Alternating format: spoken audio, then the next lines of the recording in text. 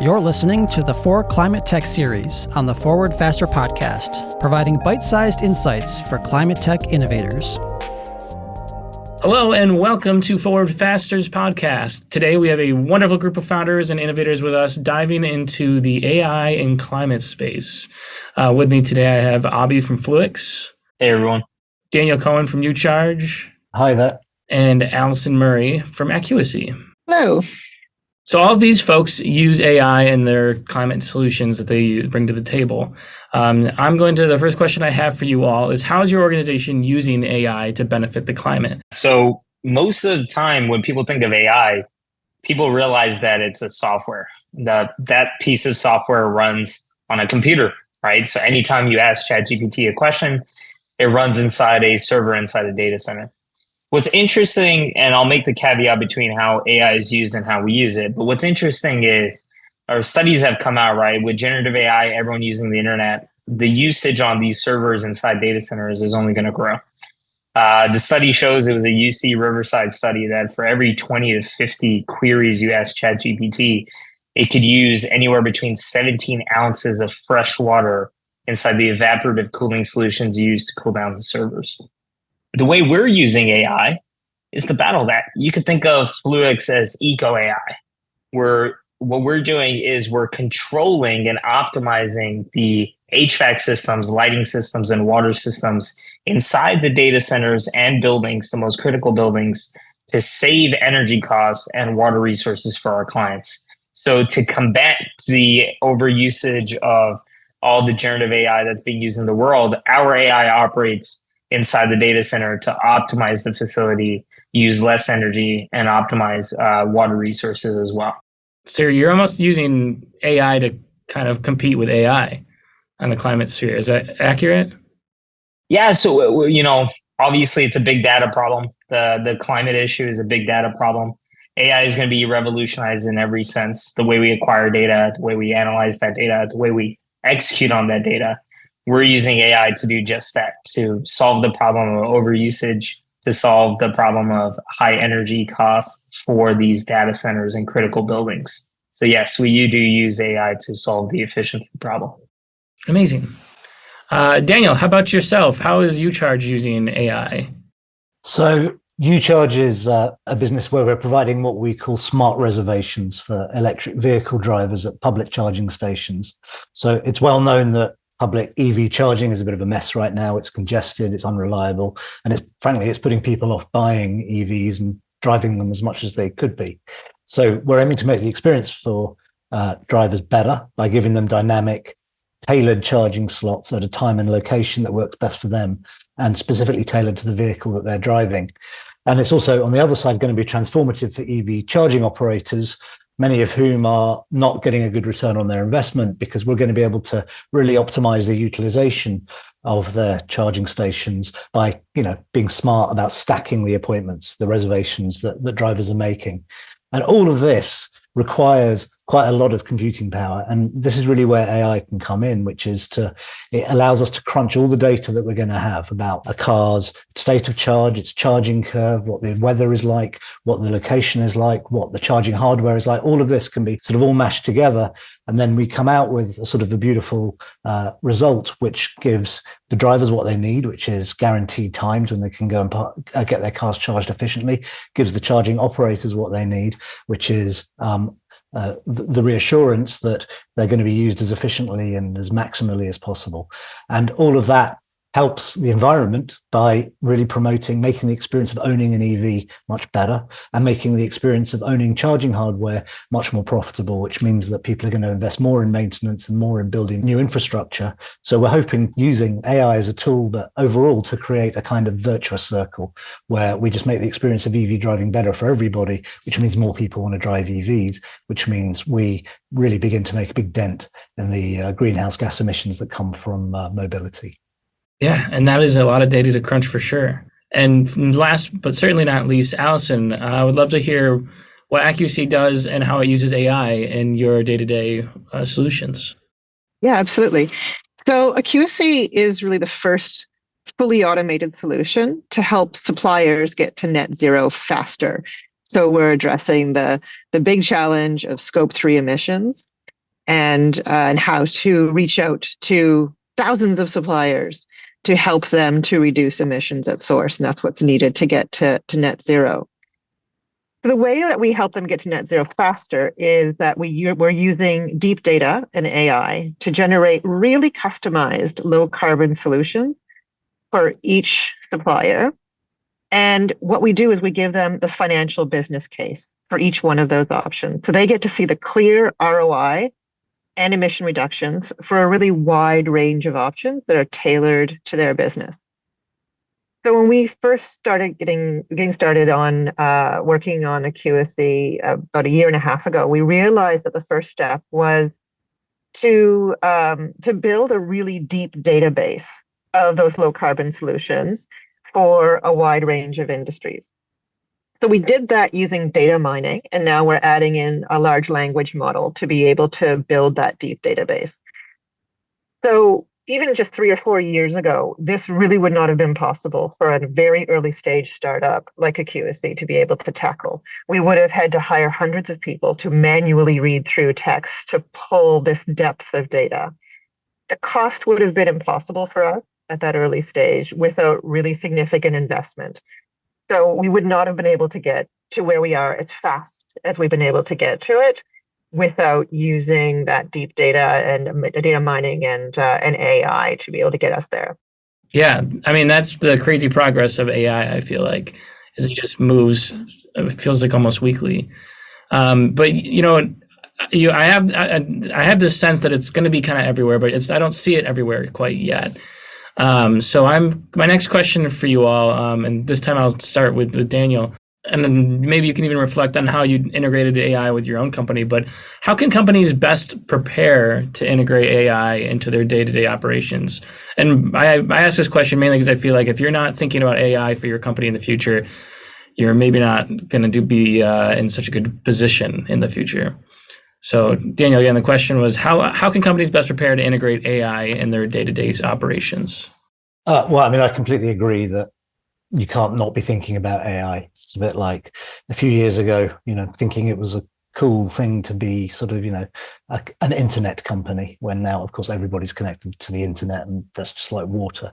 So, it's there. It's very much at the sort of front of mind, I think, of everybody who's, been reading what's going on and sort of experiencing many of the benefits that come from AI. On the other hand, we have to be also realistic, right? AI is not necessarily going to be the solution to every single problem all our businesses have. We can't just feed our businesses into an AI model and suddenly have a magically profitable company with no additional effort. So, we have to identify where AI can add the most value within our own business processes. Allison's given an excellent example at the very core of what her business is in terms of the way that AI can help there. But I mean, there are other more sort of general areas that jump to mind where you can think of any customer-facing business that has customer service, for example. Generative AI can be very helpful there. It needs to be within certain parameters, and you need to keep an eye on it and make sure it's not going rogue. But on the other hand, clearly there's a lot of kind of customer inquiries and all sorts of other responses that AI can be super beneficial in sort of making your life much more efficient. And then beyond that, I think I alluded to it before, which is really within when we're looking to try and create this model for EV charging reservations, it's really about crunching lots of data and then being as efficient as you can in analyzing that and figuring out what the most efficient sort of results of that data are and what the outcomes are. And so when you're looking at any process which requires productivity increases, seems to be many opportunities there for thinking about how to integrate AI into improving those. Also, when it comes to analytics, whether it's analytics that you need internally or whether it's analytics that you are planning in some way to sell externally, again, that's really looking at reams of data and pulling out what's really key from those. So to me, those are sort of the most obvious places to start in terms of thinking about how AI can enhance your business as you move forward. Yeah, a lot of data at the center of it. And Allison, so I'd be curious on your take, as I mean, you all have a very direct solution, but how can companies, integrate AI? Sure. So for business leaders that have no experience with AI at all, it can be a little bit scary because you're not sure, you don't know how AI works. You're a little bit worried. What if my employees start using it? What about data security? how do we integrate it into our business in a way that is beneficial rather than create additional potential risks? So Daniel touched on some of these productivity tools that are coming out. So in the past, I don't know, 3-4 months, I've noticed that pretty much all of my existing business tools, whether that be Zoom or Slack or Google Docs or whatever it might be, are starting to integrate AI, and there's new options available. So even getting started with things like some of the note-taking tools really like speeds up your ability to take notes in meetings, or it might be some of those time tracking or meeting scheduling tools that are popping up could be a good way just to sort of get started with it. But I think it's also really important to think about training your employees on how to use AI in the workplace and what tools are acceptable to use and which ones are not from a business perspective. And then creating those policies, particularly around open access AI, and helping your employees to really navigate this landscape as it's moving so fast. Yeah. I mean, there's so much to take in and so much to be aware of. And I think having the employees engaged is a good way to kind of stay ahead of the curve, because, they're on the ground moving stuff around and kind of figuring out what's next day to day. Probably your employees are way ahead of the game, especially the younger ones that have just joined out of university. They're probably using AI constantly. Yeah, and I'd be curious as to where you think AI will make the largest impact for climate. So, I'm a little bit biased, but I'm going to say supply chain emissions. There's lots of opportunity there. It's a huge proportion of corporate carbon emissions, and a big challenge because you're dealing with global supply chains, huge amounts of data needed to inform suppliers on their options to reduce emissions, to track that data, to be able to dig down into different supplier segments and understand where the carbon emissions are in your supply chain.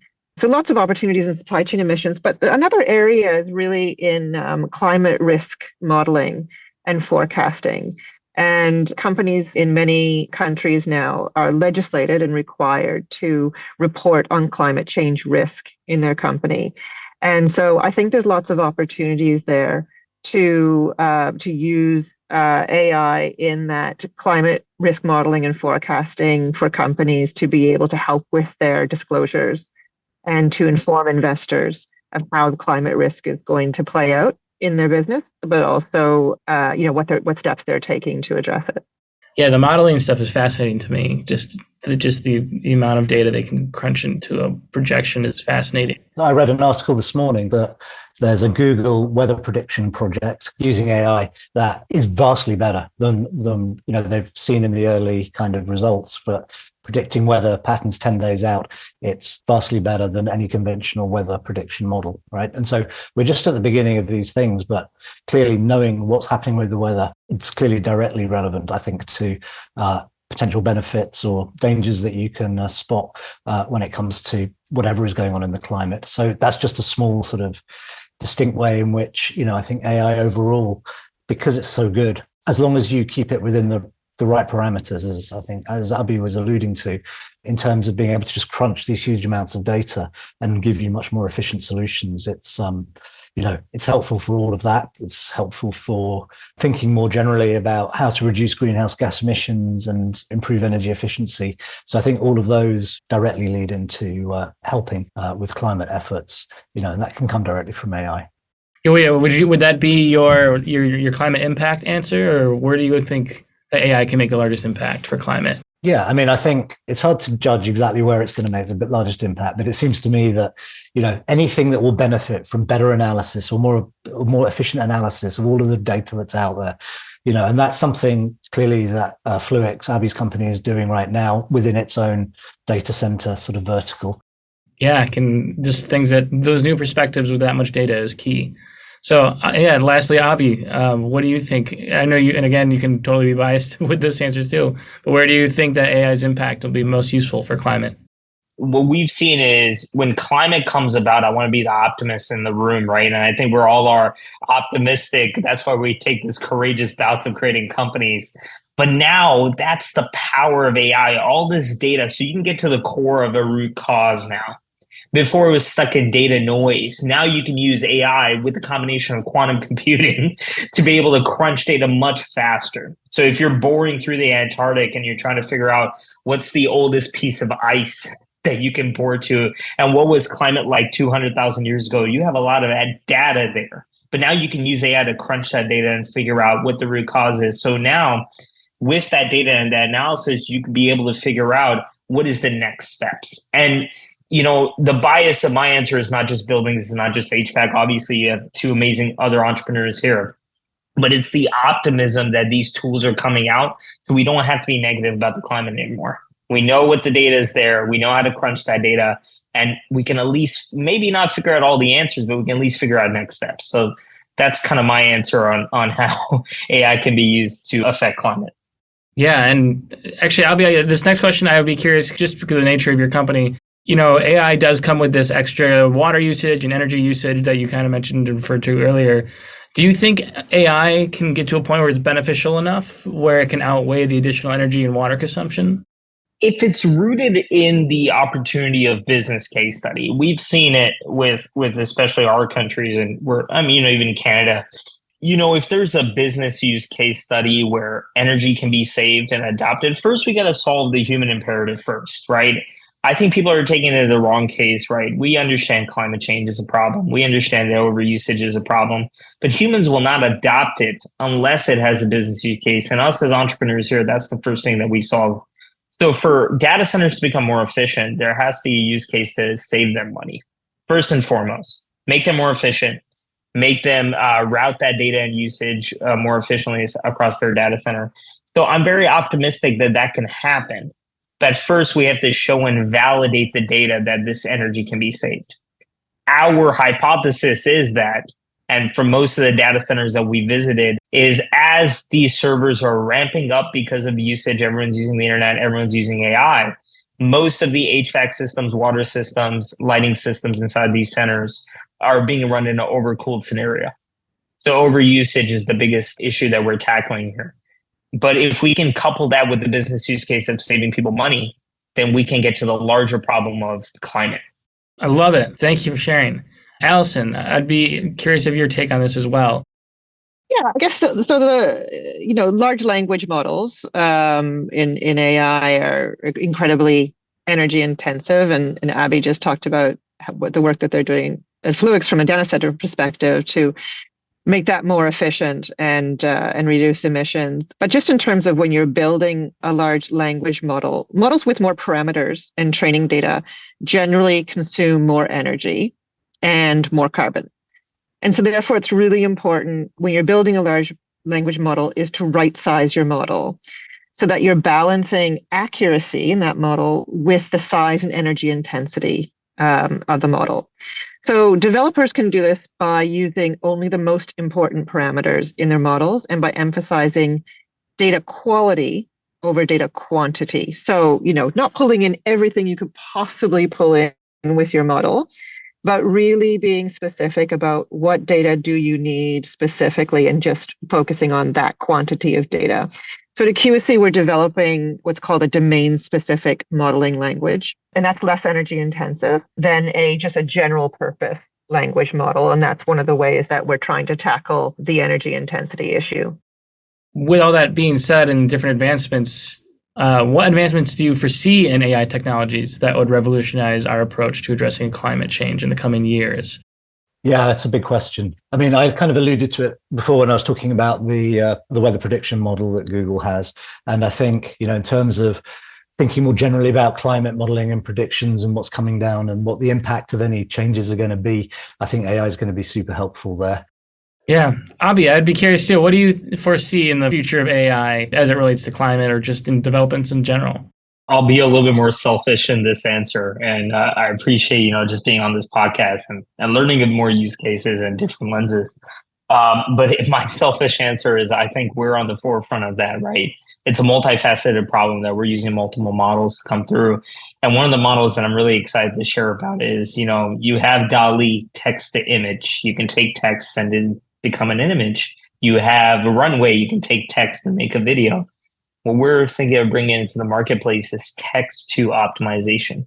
What if you could feed the model a set of rules, and it can automatically optimize a building or a facility. And I think we're on the forefront of that. And that's going to be one of the models that we're actively deploying. But aside from that, super excited as these tools converge and come together. I'm at this stage where I think a lot of us are data gathering. So, but that's just one way I'm looking at how AI could impact the future. Love it. I love it. Allison, how about yourself? Do you foresee AI advancing in any specific trends or directions? Yeah, so just going back to the large language models, there's definitely advancements around how they contextually parse documents. So for what I mean by that is, it's one thing to be able to ask an AI engine to identify a particular technology or process, and it will reduce emissions by X amount. That's interesting, but you need to know the context for how it's reducing emissions and by what amount. So, you need to know this technology could reduce emissions by this amount, but where, in what geography? What's the currency compared to what is it being reduced? So as large language models advance, this contextualization of data will become faster and easier to achieve, particularly for more early stage startups. So, your big companies like Google and Microsoft and others, they're able to do this already. But when you're talking about early stage climate tech startups that are bootstrapping their company, being able to access this type of contextualized large language models is just going to become faster and easier and more affordable for early stage companies. I love it. Thank you guys so much. This will be my last question for you all. We all have agreed that AI is moving super fast and it's changing every day, and we're seeing new experimentations. How do you keep up with it? Like, where do you go for AI updates or news or lessons, trends, anything? Yeah, so my answer to this is going to be a little bit more painful because I went through this journey. Obviously, there's a whole bunch of newsletters out there, and I think they get enough attention. There's a whole bunch of videos out there and news stories. But I'm going to go a little bit more painful because I think it's important for us to dive down into the data and not be afraid of reading papers, research papers. I know it's tough and it's not as easily consumable, and we don't always have time to do that. But I think it's important, especially in an area like climate, to get deep into the data, to get deep into the experimentation and the results of it. My answer for this would be is pull up Department of Energy, go through all the laboratories. If there's an area that you're interested in, read some of the research papers. And obviously that's accustomed to all the newsletter and all the information. All right. Well, that works. Daniel, next up, for where you learn more about AI and kind of the latest updates and stuff, where do you go to? So there's a website I came across called Climate Change AI, which is www.climatechange.ai. They say, I think on their website, we catalyze impactful work at the intersection of climate change and machine learning. So they've been around a little while, but they have a bunch of interesting resources and tutorials and things. So anybody who's looking to get into this to start with, and I consider myself only a novice given the complexity of this whole topic, I found that a pretty useful resource. So I definitely recommend checking that out. Fantastic. And Allison, where do you keep up? How do you keep up? I was reading I'm based in Canada. I was reading a couple of articles recently in a publication called Corporate Knights, looking at opportunities for AI and climate change, and so I think there's lots of sources out there. All right, well, lots to look up after this. I'm going to go ahead and wrap up then. Guys, thank you so much. Allison, Daniel, and Abhi, thank you for stopping by the Forward Faster podcast. Thanks again for tuning in, and we'll see you next time.